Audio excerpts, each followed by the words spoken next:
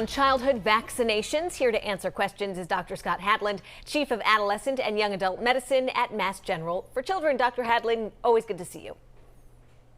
Good to see you too. All right, Dr. Hadland, let's start first with the seasonal shots. Which ones do kids need now? Well, we are, as you said, entering respiratory virus season, and I've been talking to my infectious disease colleagues and looking at the latest data here in Massachusetts, and we're already starting to see that cases of flu, of vaccine-preventable illness, is starting to rise. And so now is really the time for us to get these vaccines into kids. And there are three that pediatricians like me recommend. The first one is the flu shot, and it's available to kids 6 months and older. The second one is the new COVID booster, newly available, also available for kids 6 months and older.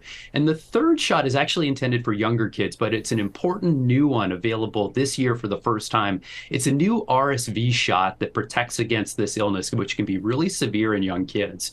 And we recommend it for all babies 8 months and younger who are entering this respiratory virus season. And also recommending it for some kids that are a little bit older, up to the age of 19 months, if they also happen to have, a history of being born premature or heart problems or lung problems that put them at risk. Okay, we all remember flu before boo. That was the time frame, right? Before Halloween. Yes. That's what we were being told. Well, speaking of the really little ones, Dr. Hadland, as you know, there's a list of recommended vaccines for children starting at birth. So what do you tell parents about sticking to the schedule of those? Yeah, we really recommend that parents stick to the schedule. Some parents will ask us, hey, I'm worried about multiple vaccines going in at once. Can we spread them out over time?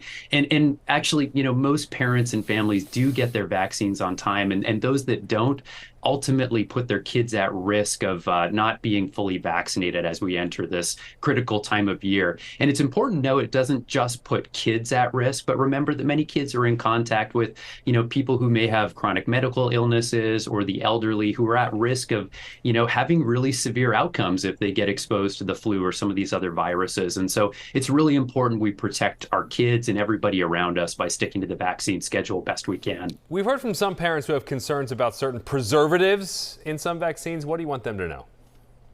Yeah, as always, if you've got any concerns, this is your child and this is something going into your child's body, talk to your pediatrician, talk to your doctor about this. We're here to have these conversations. These preservatives and other ingredients in vaccines have been carefully studied, have been examined over really years, if not decades, for some of these vaccines, and have been shown to be safe. And just as an indication of how comfortable I feel, my own children are vaccinated, and by the way, vaccinated on schedule and on time. And so we really recommend that people stick to the vaccine schedule, get the vaccines, even if they may have concerns about some of these ingredients.